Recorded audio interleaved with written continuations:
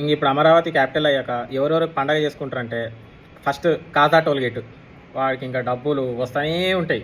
ఎందుకంటే జనాలు ప్లాట్లు చూడడానికో, లేకపోతే ల్యాండ్లు చూడడానికో, ఫ్లాట్లు చూడడానికో, ఇంకా మళ్ళీ హైదరాబాద్ నుంచి అటు సైడ్ తిరుగుతూ ఉంటారు కదా. కాజా టోల్గేట్ వాడు టోల్గేట్ డబ్బులు ఫుల్ వస్తాయి. ఈ జనాలు తిరగడానికి వచ్చినప్పుడు ఫుడ్ తినాలి కదా. అక్కడ కరెక్ట్గా వేటు సైబరావతి అని ఉంటుంది. మంగళగిరికి దిగేటప్పుడు బైపాస్కి కొంచెం ముందు బిర్యానీస్ అని వస్తుంది ఒకటి. ఖలీల్ బాయ్ బిర్యానీ, మురుగన్ హోటల్, ఇంకా వీళ్ళంతా దంచుడు. ఆ బిర్యానీస్లో నాకు తెలిసిన ఒకడు ఉంటాడు. నాకు తెలియడం అంటే వాడు నేను వెళ్ళి బాగా పరిచయం అయ్యాడు.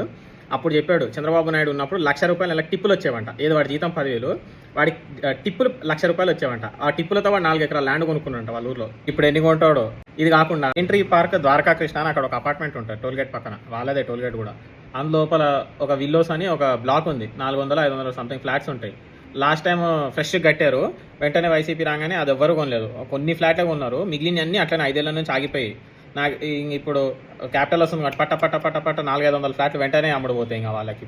రామకృష్ణ టవర్స్, ఉండవెల్లి కన్స్ట్రక్షన్ ఉన్న అపార్ట్మెంట్, జేబేరి అన్ని కంప్లీట్ అయిపోతాయి ఇప్పుడు, అన్ని సేల్.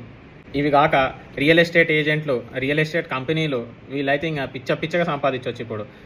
వీళ్ళ కోసం వచ్చే కస్టమర్స్ అంతా అక్కడ జ్యూస్ పాయింట్లో, సిగరెట్ డబ్బాలు, వేరే టిఫిన్ సెంటర్లో హలో ఇడ్లీ అని ఉంటుంది అక్కడ మంగళగిరిలో, విజేత సూపర్ మార్కెట్, ఇవన్నీ వాళ్ళందరూ ఇంకా విచ్చలవిడిగా ఇప్పుడు సంపాదించుకోవచ్చు.